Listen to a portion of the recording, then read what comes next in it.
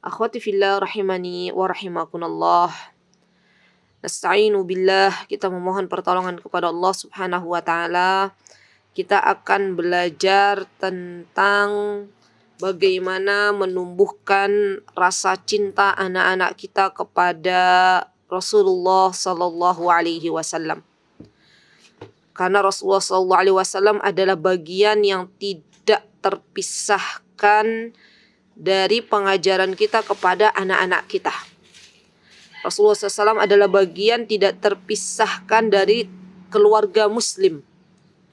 Karena beliau adalah panutan dan pembawa mukjizat terakhir, yaitu Al-Quran. Dan setiap diri kita, setiap keluarga muslim punya kewajiban cinta terhadap beliau, terhadap kekasih Allah Subhanahu wa taala. Kenapa kita harus mencintai Rasulullah sallallahu alaihi wasallam? Karena Allah Subhanahu wa taala yang menyuruh kita semuanya untuk mencintai Rasulullah sallallahu alaihi wasallam. Jadi sebelum kita mengetahui metodenya, kita katakan kita sebagai orang tua harus paham dulu. Kenapa kita harus mencintai Rasulullah SAW? Kalau kita sudah paham, maka nanti pemahaman ini akan mudah untuk kita transfer kepada anak-anak didik kita, kepada anak-anak kandung kita. Di antaranya teman-teman yang dimuliakan oleh Allah Subhanahu wa taala, kita harus mencintai Rasulullah SAW. Pentingnya mencintai Rasulullah SAW karena Allah yang memerintahkan kita. Allah Subhanahu wa taala mengatakan di dalam Al-Qur'anul Karim surah Al-Imran, a'udzubillahi minasyaitonir rajim, "Qul in kuntum tuhibbunallaha fattabi'uni yuhibbukumullahu wa yaghfir lakum dzunubakum wallahu ghafurur rahim." Kata Allah Subhanahu wa taala, katakanlah jika kamu benar-benar mencintai Allah. Subhanallah.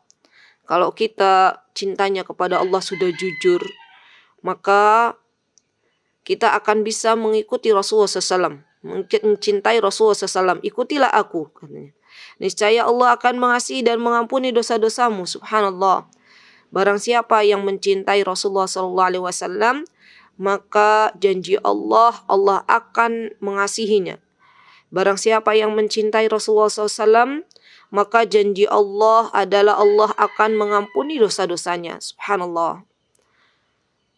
Kemudian cinta kepada Rasulullah SAW juga harus di atas kecintaan kita kepada anak-anak kita. Harus di atas kecintaan kita kepada harta kita. Ya. Setelah kita mencintai Allah Subhanahu wa taala, maka kemudian kita mencintai Rasulullah sallallahu alaihi wasallam. Allah Subhanahu wa taala mengatakan dan mengingatkan kita semuanya di dalam firman-Nya, "Qul in kana aba'ukum wa abna'ukum wa ikhwanukum wa azwajukum wa 'ashiratukum wa amwalun iqtaraftumuha wa tijaratun tahshawna kasadaha." Katakanlah, kata Allah Subhanahu wa taala, jika bapak-bapak kalian, anak-anak kalian, wa abna'ukum, wa ikhwanukum, dan saudara-saudara kalian, wa azwajukum, dan pasangan-pasangan hidup kalian, wa ashiratukum, dan keluarga kalian, wa amwalun iqtaraftumuha, dan kata kekayaan yang selama ini kita usahakan, wa tijaratun tahshawna kasadaha, dan perniagaan yang kita khawatir kerugiannya, wa masakinu tardawnaha, dan rumah-rumah tempat tinggal yang pastinya manusia sangat menyukainya, ahabba ilaikum minallahi wa rasulihi wa jihadin fi sabilih, lebih kita cintai daripada Allah, daripada Rasulnya, dan daripada berjihad di jalan Allah. Fatarabbasu, kata Allah Subhanahu wa taala, maka tunggulah sampai Allah mendatangkan keputusannya, hatta ya'tiyallahu bi amrih. Wallahu la yahdil qaumal fasiqin. Dan Allah tidak memberi petunjuk kepada orang-orang yang fasik. Artinya teman-teman, kalau kita lebih mendahulukan kecintaan kita kepada harta kita, kalau kita lebih mendahulukan cinta kita kepada anak-anak kita, kalau kita lebih mendahulukan cinta kita kepada keluarga kita, kalau kita lebih mendahulukan cinta kita kepada perniagaan barang dagangan kita, daripada cinta kita kepada Allah dan Rasulnya serta jihad fisabilillah, maka tunggulah adab yang Allah Subhanahu wa taala akan berikan. Para ulama tafsir mengatakan keputusan di sini makna artinya adalah adab dari Allah Subhanahu wa taala. Dan subhanallah, termasuk di antaranya teman-teman ya, hukuman yang Allah berikan kepada orang-orang yang mengagungkan cinta harta, yang mengagungkan cinta keluarganya, cinta anak-anaknya daripada cinta Allah dan Rasulnya, maka dia tidak mendapatkan kelezatan iman. Maka dia tidak akan mendapatkan manisnya iman di dalam kehidupannya. Sungguh ini adalah orang-orang yang merugi di antara manusia. Karena ketika orang-orang yang bertakwa kepada Allah, dia merasakan manisnya, lezatnya iman, sedangkan dia dibuat di dalam kehidupannya lalai dengan dunia. Sehingga dia lalai dengan akhirat dan dia lebih kepada mengejar dunia. Subhanallah. Padahal bekal kita untuk akhirat kita adalah diantaranya kita merasakan lezat dan manisnya iman di dalam kehidupan kita sehari-hari. Taib. Kemudian teman-teman yang dimuliakan oleh Allah Subhanahu wa taala, di antaranya juga ya, apa yang Rasulullah sallallahu alaihi wasallam telah sampaikan, bahwasanya kata Rasulullah sallallahu alaihi wasallam ketika Umar bin Khattab ya, beliau pernah mengisahkan bahwa Rasulullah SAW mengatakan, dan ini Rasulullah SAW yang meminta kepada kita semuanya teman-teman. Kata beliau, tidaklah sempurna keimanan salah satu di antara kalian sampai seseorang itu menjadikan aku lebih dicintainya daripada dirinya. Subhanallah. Kita banyak yang mengaku lebih mencintai diri kita daripada cinta kita kepada Rasulullah sallallahu alaihi wasallam. Maka dari itu kata Rasulullah SAW, kalau ada di antara kita yang mencintai diri kita lebih besar, maka imannya tidak sempurna. Maka imannya tidak sempurna. Tidaklah sempurna keimanan seseorang di antara kalian sampai ia menjadikan aku lebih dicintainya daripada diri, harta, dan orang tuanya. Subhanallah. Maka ketika Umar berkata kepadanya, wahai Rasulullah, sungguh Anda lebih aku cintai dari segalanya kecuali diriku. Kemudian Rasulullah SAW mengatakan, tidak, demi zat yang jiwaku ada di tangannya, sampai aku lebih engkau cintai daripada dirimu sendiri. Subhanallah teman-teman, ini PR untuk kita ya. Bagaimana kita mencintai Rasulullah Sallallahu Alaihi Wasallam, dan kita harus paham ya, siapa yang menyuruh kita untuk mencintai Nabi kita Muhammad Sallallahu Alaihi Wasallam. Maka wajib bagi kita semuanya untuk mengatakan bahwasanya Nabi yang Allah Subhanahu wa taala utus ya, sebagai nabi yang terakhir, tidak ada nabi setelahnya, adalah Nabi kita Muhammad sallallahu alaihi wasallam.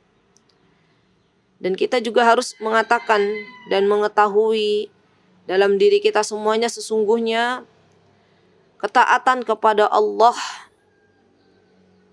itu harus beriringan dengan ketaatan kita kepada Rasulullah sallallahu alaihi wasallam. Karena Allah Subhanahu wa taala mengatakan, "May yuti'ir rasul faqad ata'a Allah." Barang siapa yang mentaati Allah, mentaati Rasulullah sallallahu alaihi wasallam, maka sesungguhnya ia telah mentaati Allah Subhanahu wa taala. Subhanallah. Banyak juga di antara kita teman-teman yang ia mengaku-ngaku cinta kepada Rasulullah sallallahu alaihi wasallam, tapi ternyata dia dalam kehidupannya sama sekali tidak menunjukkan rasa cintanya kepada Rasulullah sallallahu alaihi wasallam. Maka ini PR, jangan sampai kita cuma ngaku-ngaku mencintai Rasulullah SAW, tapi ternyata kita tidak tahu kenapa kita harus Rasulullah sallallahu alaihi wasallam. Dan motivasi untuk kita semuanya sebagai umat Nabi kita Muhammad sallallahu alaihi wasallam, ketika Rasulullah SAW pernah menangis, ya. Ketika beliau sedang duduk bersama para sahabatnya, Rasulullah SAW menangis, teman-teman. Menangis karena rindunya kepada kita. Maka para sahabat pun bertanya, ya, kenapa engkau menangis wahai Rasulullah? Maka Rasulullah SAW menjawab, aku merindukan saudara-saudaraku. Kemudian para sahabat bertanya lagi, bukankah kami juga adalah saudaramu ya Rasulullah? Dan Rasulullah SAW mengatakan, bukan, saudaraku yang aku rindukan dan aku tangisi adalah orang-orang yang beriman kepadaku, padahal mereka tidak pernah melihatku. Subhanallah. Ini yang seharusnya teman-teman menjadikan motivasi kita kenapa kita harus merindukan dan mencintai Rasulullah SAW. Karena Rasulullah SAW sangat-sangat rindu, sangat-sangat mencintai umatnya yang tidak bisa melihat beliau di kala hidupnya, tapi beriman dengan kedatangan beliau. Beriman dengan apa yang dibawa oleh beliau. Subhanallah. Bahkan ketika semua nabi ia memohon doa kepada Allah Subhanahu wa taala, maka Rasulullah SAW merupakan satu-satunya nabi yang menunda untuk berdoa, ya. Dan pastinya permohonan doa yang Rasulullah SAW akan Allah kabulkan. Ya, dalam sebuah hadis dijelaskan bahwanya setiap nabi itu mempunyai sebuah doa yang mustajab. Dan setiap dari mereka telah menyampaikan permintaannya kepada Allah Subhanahu wa taala. Sedangkan aku, kata Rasulullah SAW, menunda permintaanku agar bisa memohonkan syafaat bagi umatku di hari kiamat. Subhanallah. Betapa mulianya Rasulullah SAW. Sampai-sampai semua nabi telah memohon permintaan kepada Allah Subhanahu wa taala. Dan Rasulullah SAW menundanya agar kelak bisa memberikan syafaatnya kepada kita semuanya. Karena kita pada hari kiamat kita sangat butuh dengan syafaat. Kita sangat butuh dengan orang-orang yang akan mengatakan kepada Allah Subhanahu wa taala, aku memberi syafaat untuknya. Dan di antara hamba Allah yang bisa memberikan syafaat kepada kita adalah Rasulullah sallallahu alaihi wasallam. Beliaulah yang senantiasa berdoa dan memohon kepada Rabb-Nya, wahai Rabbku, selamatkanlah umatku. Wahai Rabbku, selamatkanlah umatku. Subhanallah. Sampai-sampai dalam sebuah hadis diceritakan bahwasanya Rasulullah SAW itu menunggu di tepi as-sirat. Kelak nanti pada hari kiamat, sambil beliau mendoakan umatnya ketika umat Nabi Muhammad, ketika diri kita semuanya menyeberangi sirat, yang mana sirat adalah jembatan yang di bawahnya ada neraka, ya. Dan itu jembatan yang sangat-sangat licin, jembatan yang sangat-sangat kecil. Kemudian Rasulullah SAW menunggui kita semuanya umatnya dengan berdoa, ya Rabbi, ya Rabbi, selamatkanlah mereka, selamatkanlah mereka. Subhanallah.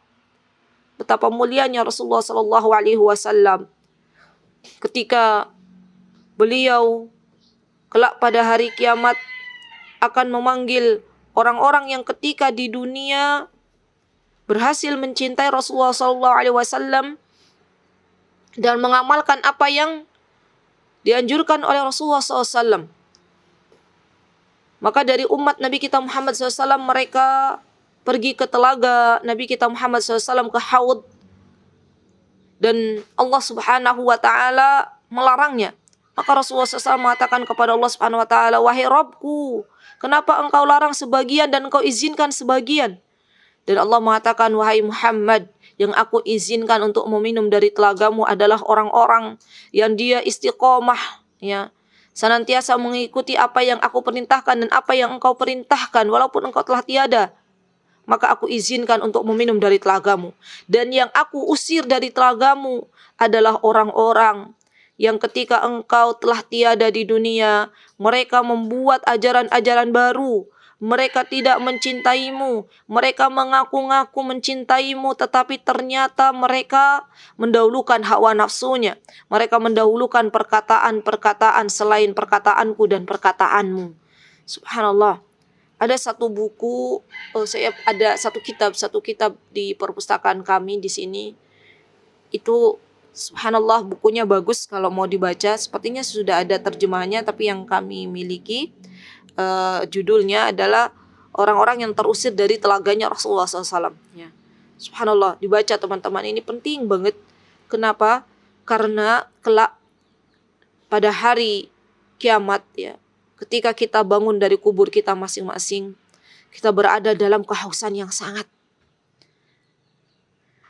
Dan semua manusia kala itu mereka berlomba-lomba ingin mendapatkan air.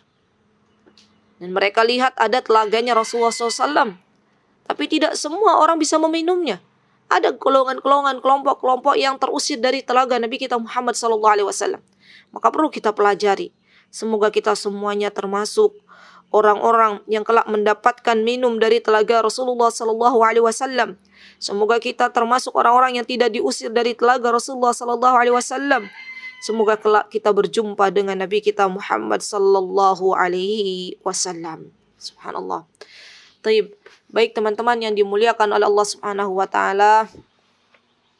Setelah kita mengetahui kenapa kita harus mencintai Rasulullah sallallahu alaihi wasallam, maka yang harus kita ketahui juga adalah bagaimana menanamkan cinta Rasulullah Shallallahu Alaihi Wasallam kepada anak-anak kita. Nah, ini juga sangat-sangat penting.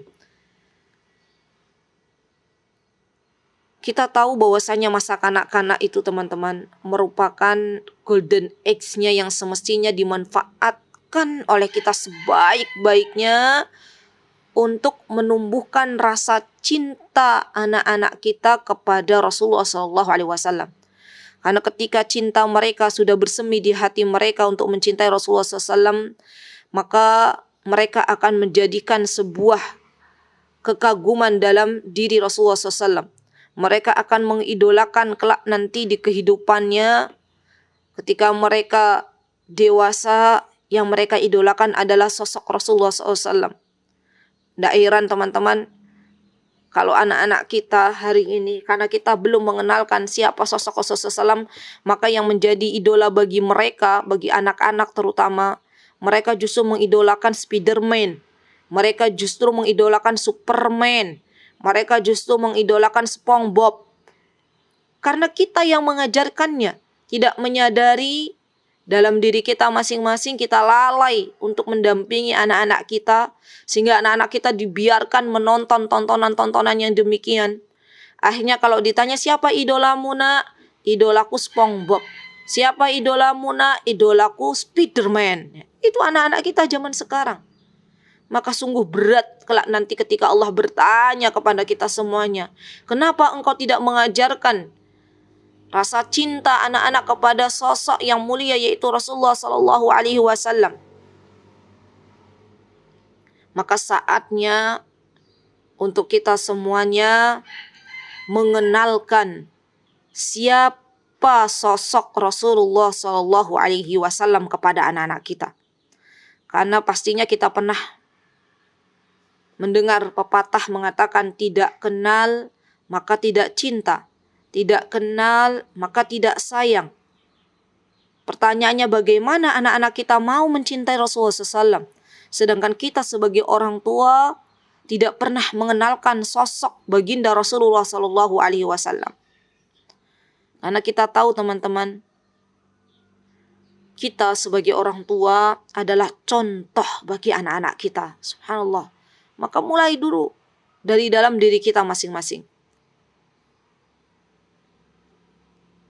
Katakan pada anak-anak kita bahwasanya kita, ya dengan bahasanya mereka, kita harus mengidolakan Rasulullah SAW. Dan kita katakan kepada anak kita bahwasanya Rasulullah SAW adalah sosok yang begini. Contohnya misalnya teman-teman, ya, ketika kita mulai mengenalkan sosok Rasulullah SAW, kita bisa mengenalkannya lewat kisah. Ya. Nah, ini balik lagi ke orang tua. Kalau kemarin menumbuhkan rasa cinta anak-anak kepada Allah juga bisa kita katakan, kita pelajari ya, kita berikan kepada anak lewat kisah. Sama halnya ketika kita ingin mengenalkan sosok Rasulullah SAW, maka kita juga harus tiap hari punya target.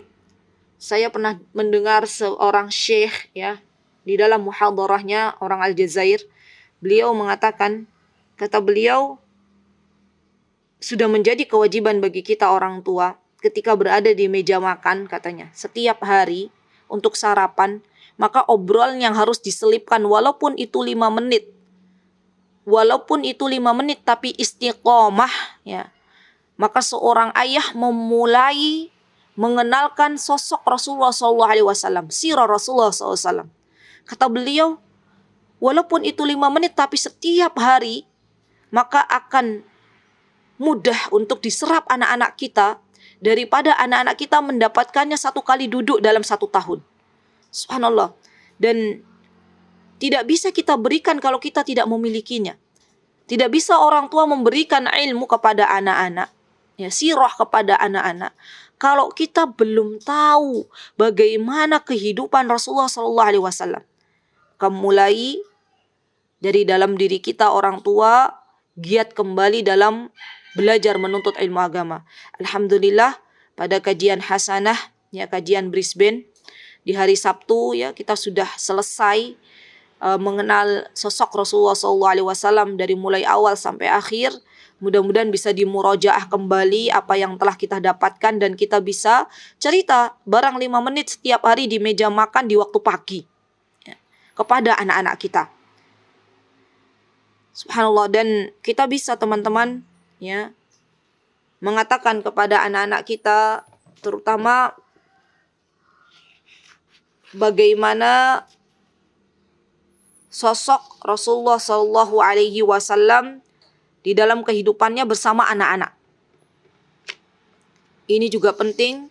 Di antaranya kita katakan kepada anak-anak kita ya, kebaikan Rasulullah SAW ketika Rasulullah SAW di waktu kecilnya beliau bermain bersama kawan-kawannya di tengah keluarga Halimatus Sa'diyah. Ketika Rasulullah SAW menyusu ke Halimah As-Sa'diyah, insyaallah kita akan belajar siapa Halimah As-Sa'diyah hari Sabtu ini. Ya, maka Rasulullah SAW ketika itu bermain dengan kawan-kawannya. Dan kawan-kawannya sangat suka, sangat senang ketika Nabi kita Muhammad SAW bermain dan datang untuk bermain dengan mereka. Ya, sampai-sampai suatu hari ketika malaikat datang membelah dada Rasulullah SAW, ya, mengambilnya dan membelahnya dan mencucinya dengan air Zam-Zam, mereka sangat-sangat ketakutan. Ya. Dan mereka berlari menuju rumah ibu susuannya Rasulullah SAW, Ibu Halimah As-Sa'diyah, menceritakan apa yang telah mereka lihat. Subhanallah, berarti ini artinya teman-temannya Rasulullah SAW sangat suka dengan Rasulullah SAW. Dan artinya Rasulullah SAW adalah anak kecil yang pandai di dalam bersahabat, ya, di dalam berteman. Jadi nanti kita bisa luaskan kisahnya. Jadi kalau demikian, kalau kita cinta Rasulullah SAW, maka hendaklah kalau berteman, jadilah kawan yang baik, jadilah teman yang baik. Karena ini merupakan sikap yang telah Rasulullah SAW ajarkan. Kemudian kita juga bisa katakan kepada anak-anak kita, terutama mengenalkan siapa Rasulullah SAW. Kita mengenalkan bahwasanya Rasulullah SAW adalah sosok yang sangat-sangat mencintai anak-anak. Di antaranya beliau sangat suka kepada cucu beliau Al-Hasan dan Al-Husain. Ya. Suatu ketika Rasulullah SAW mendatangi kami untuk sholat isya, kata para sahabat ya, dengan menggendong Hasan dan Husain. Jadi dua-duanya digendong. Lalu Rasulullah SAW maju kemudian meletakkannya dan bertakbir untuk sholat. Ya. Waktu itu beliau memanjangkan sujudnya karena Hasan dan Husain ketika Rasulullah SAW sedang sujud, ya, mereka berada di atas punggung Rasulullah SAW. Kita katakan kepada anak-anak kita, lihat bagaimana Rasulullah SAW sangat menyayangi anak-anak. Beliau tidak membiarkan Hasan dan Husain ya menangis ya, beliau membiarkan Hasan dan Husain bermain di atas punggungnya. Sampai-sampai Rasulullah SAW ya, kita katakan adalah sosok yang sangat gemar untuk mencium anak-anak ya. Di antaranya beliau mencium Al-Hasan dan Al-Husain ya. Kita sudah pernah dengar kisah Al-Aqra' bin Habis At-Tamimi ketika beliau bercerita punya 10 orang anak dan belum pernah sekalipun mencium anak-anaknya, maka Rasulullah SAW spontan memandang Al-Aqra' dan mengatakan siapa yang tidak menyayangi maka tidak akan disayangi. Dan kita juga mengatakan kepada anak-anak kita, berusaha mengenalkan sosok Rasulullah SAW dengan muamalah Rasulullah SAW ya, interaksi Rasulullah SAW terhadap anak-anak kecil. Di antaranya teman-teman, ketika Rasulullah SAW memanggil Abu Umair, ya, Abu Umair ini adiknya Anas bin Malik, ya, biasanya dipanggil dengan Abu Umair. Ketika Abu Umair, adiknya Anas, membeli seekor burung, masih kecil ya. Ketika Abu Umair masih kecil, dan ketika Abu Umair sangat senang ya dengan burung yang baru dibelinya, maka Rasulullah SAW ketika berjumpa dengan adiknya Anas bin Malik, beliau senantiasa menyapanya dan mengatakan kepada adiknya Anas bin Malik, "Hai Abu Umair, apa yang telah engkau kerjakan dengan Nughair?" Nughair itu adalah anak burung pipit ya. Anak burung pipit. Dan ketika Rasulullah SAW sedang berjalan-jalan di pasar, beliau melihat Abu Umair sedang menangis ya. Maka Rasulullah SAW bertanya kepada Abu Umair kecil ini, "Kenapa engkau menangis wahai anakku, wahai Ananda?" Maka Abu Umair mengatakan bahwasanya burung yang telah ia beli itu sudah mati ya. Dan Rasulullah SAW terus mencandainya, mengajaknya bicara dan bermain, sampai Abu Umair ini, si kecil ini, akhirnya tertawa. Ya, subhanallah. Beliau sangat-sangat luar biasa ya di dalam mengasihi anak-anak kecil. Subhanallah, Rasulullah SAW juga kita katakan kepada anak-anak bahwasanya Rasulullah SAW adalah sosok yang senantiasa sangat suka ya mengusap-ngusap kepala anak-anak. Subhanallah. Dan ini menandakan bahwasanya beliau sangat-sangat memperhatikan anak-anak. Bahkan tak heran juga kalau di dalam kehidupan beliau senantiasa banyak memberikan hadiah kepada anak-anak. Subhanallah. Hadiah walaupun mungkin di mata kita itu tidak seberapa, tapi di mata anak-anak itu adalah sesuatu yang sangat-sangat berharga. Saya masih ingat pernah berjumpa dengan seorang perempuan yang beliau itu punya hobi, kalau ketemu anak-anak itu beliau menyediakan makanan-makanan kecil. Sampai akhirnya teman-teman, si anak-anak itu mencari wanita ini karena senang dengan apa yang diberikan oleh wanita ini dengan hadiah ini. Padahal makanan-makanan ringan tuh loh, makanan-makanan paling kalau kita memandangnya itu hadiah yang sangat-sangat sepele. Tapi bagi anak-anak itu sangat-sangat luar biasa. Dan kalau hati kita sudah bisa dipegang, maksudnya kalau kita sudah dipandang oleh anak-anak ya, disegani oleh anak-anak, maka nanti apa yang kita sampaikan itu akan sangat-sangat mudah biidnillahi ta'ala untuk sampai kepada anak-anak. Jadi kumpulkan anak-anak ya. Dan sosok ini saya kenal dekat ya, Masya Allah. Beliau sangat dekat dengan anak-anak. Sampai suatu hari ketika beliau, padahal itu bukan anak kandungnya, anaknya orang lain ya, anak orang yang di kampungnya. Ketika beliau safar teman-teman, dan beliau banyak membeli hadiah, kemudian saya tanya kepada beliau, untuk apa hadiah-hadiah ini? Kenapa engkau membeli pernak-pernik anak-anak? Dan beliau katakan ini adalah untuk anak-anak di kampungku gitu ya. Dan subhanallah, semoga Allah menyayangi beliau. Ketika beliau kembali dari safar itu tanpa diminta anak-anak ke rumahnya ya, bersorak-sorak ya, kehilangan sosok beliau ketika beliau safar ya, subhanallah. Dan ini merupakan teman-teman PR bagi kita semuanya ya. Mencintai anak-anak dengan memberikan hadiah. Kita akan menjadi sosok siapakah?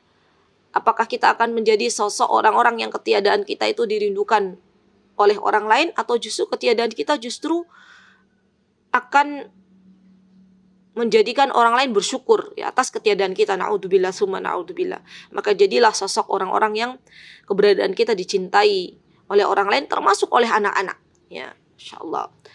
Jadi Rasulullah SAW juga termasuk orang yang sangat-sangat gemar memberikan hadiah kepada anak-anak, insyaallah.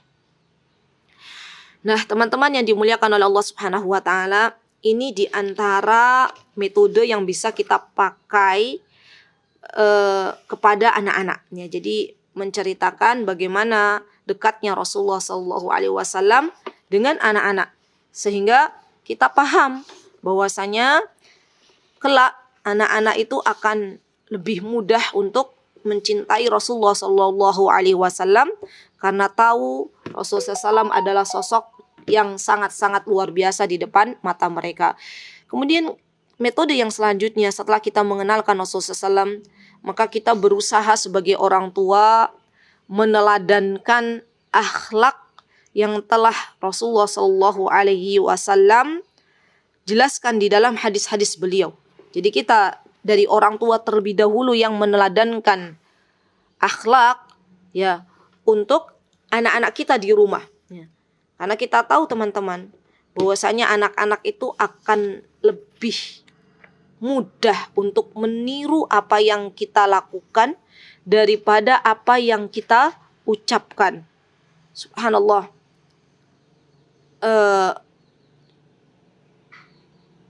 Dan banyak di antara kita yang kita sibuk ya dengan membacakan kisah-kisah, tapi kita lupa untuk memberikan teladan yang baik kepada anak-anak kita berhubungan dengan apa yang telah Rasulullah SAW teladankan.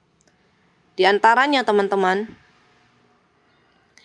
kita sebagai keluarga muslim ya, termasuk diri kita dan suami kita mengajarkan kepada anak-anak kita bahwasanya misalnya Rasulullah SAW itu sangat-sangat gemar di dalam kehidupan beliau untuk memberikan makan kepada fakir miskin. Maka kita ajak anak-anak kita ketika kita membawakan makanan untuk fakir miskin ya. Kemudian kita ajak anak-anak kita untuk membagikannya. Ya. Dan ini membuat anak-anak kita akhirnya mengatakan dalam dirinya, terekam jejak ingatannya itu, oh ternyata ini adalah akhlak Rasulullah SAW. Dan orang tuaku juga mengikutinya. Kemudian di antaranya kita bisa mengajarkan kepada anak-anak kita ya tentang bagaimana akhlak Rasulullah SAW adalah seorang yang pemaaf. Maka mulai dari dalam diri kita masing-masing. Ketika misalnya anak kita suatu hari melihat kita didolimi oleh orang lain, kemudian ia mengatakan, memprotes, ibu kenapa begini-begini, maka kita katakan, nak, ibu telah memaafkan orang-orang yang telah mendolimi ibu. Karena sesungguhnya Rasulullah SAW adalah sosok orang yang sangat-sangat mudah memaafkan sekalipun itu adalah orang yang membenci beliau. Anak kita dapat pelajaran dari dalam diri kita sebagai orang tua, oh ternyata memaafkan itu indah. Jangan malah sebaliknya orang tua justru mengajarkan dendam kepada saudara-saudaranya. Saya pernah berjumpa dengan seorang anak muda ya. Waktu itu sekarang beliau sudah punya anak ya. Waktu beliau masih kuliah di Yogyakarta, beliau bercerita kepada saya, Ustazah, saya itu dilarang ke rumah bude oleh ayah dan ibu saya. Saya katakan, kenapa engkau dilarang oleh orang tuamu ke rumah bude? Kata dia, sebenarnya saya tuh pengen ke rumah bude, tapi saya tidak boleh, tuh gimana hukumnya? Penyebabnya apa? Kata beliau, dari mulut beliau mengatakan, penyebabnya karena orang tua saya itu punya masalah dengan bude saya. Subhanallah, ini menjadi dosa jariah bagi orang tua yang secara tidak langsung mengajarkan kepada anak-anaknya sifat-sifat yang sama sekali tidak pernah diajarkan oleh Rasulullah SAW. Rasulullah SAW adalah sosok yang pemaaf, dan kita mengajarkan kepada anak-anak kita bahwasanya sifat memaafkan itu harus kita lakukan di dalam kehidupan kita semuanya kalau kita mencintai Rasulullah Shallallahu Alaihi Wasallam. Ya. Dan yang terakhir, Masya Allah sudah mau habis ya. Di antara pengajaran metode agar anak-anak kita mencintai Rasulullah SAW, ya, maka kita memotivasi anak kita untuk dari dalam diri kita bersolawat sebanyak-banyaknya kepada Rasulullah Sallallahu Alaihi Wasallam. Nah, karena kita tahu bahwasanya orang yang bersolawat kepada Rasulullah SAW maka akan mendapatkan kebaikan yang sangat-sangat banyak. Bagaimana anak-anak kita mau kita ajarkan bersolawat dan mereka mau mengikutinya kalau kita tidak bisa memberikan contoh kepada anak-anak kita dalam bersolawat kepada Nabi kita Muhammad SAW. Bagaimana anak-anak kita mau mencintai Rasulullah SAW kalau kita orang tua tidak bisa memberikan apa yang telah kita lakukan untuk menjadi teladan anak-anak kita mencintai Rasulullah SAW. Dan itu adalah PR untuk kita semuanya. Kelak nanti kalau anak-anak kita sudah beranjak dewasa, sudah saatnya mereka bisa baca buku sendiri, mereka akan lebih mendalami lagi bagaimana sosok Rasulullah SAW dan apa yang diajarkan oleh Rasulullah SAW dari hadis-hadis sahihnya, dan senantiasa kita berdoa kepada Allah Subhanahu Wa Taala mudah-mudahan anak-anak kita Allah jadikan orang-orang yang mencintai Allah dan Rasulnya di atas cinta mereka kepada diri kita, kepada anak-anak mereka dan kepada harta mereka. Itu yang bisa saya sampaikan.